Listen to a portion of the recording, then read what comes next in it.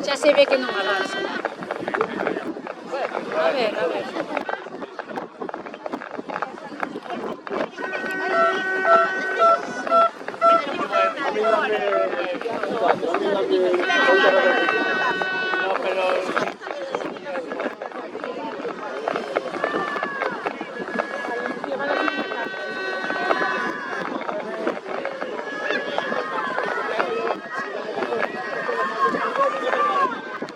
Aquí vemos cómo se aproximan los 4 batéis desta segunda queta da categoría alevín femenina.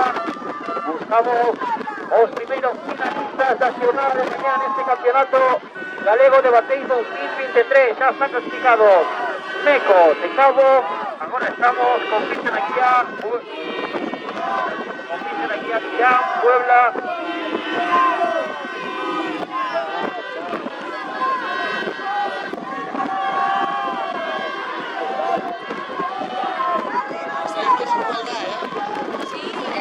A Cabana, Millán y Puebla, 4 batéis buscando a final de mañana. Vemos también aquí por los carreros número 2, también por los 3. Hacia máis adiantados, por los carreros número 2, un poquinho máis rezagado a Cabana. Vemos con moitas máis dificultades a Puebla polo carreiro número 4. Dos primeros clasificados accederán a final de mañá. O terceiro de clasificados. Vimos con chegadas, como comentábamos, Virgen Aguía. Es ya Virgen Aguía. Virgen Aguía primera, bien. A primera vez que echas a primera. Va a entrar en tercera posición, pendiente del tempo de muro. Cabana. Primera.